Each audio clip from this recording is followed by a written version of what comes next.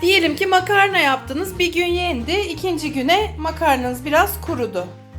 Bu makarnaları artık cips yapabilirsiniz. Aynen. Kızgın yağın içine atıyoruz. Denedik, gerçekten çok lezzetli oldu. Oh. Ve çok da eğlenceli yapması. Annem bunu makarnalar boşa gitmesin diye yaptı.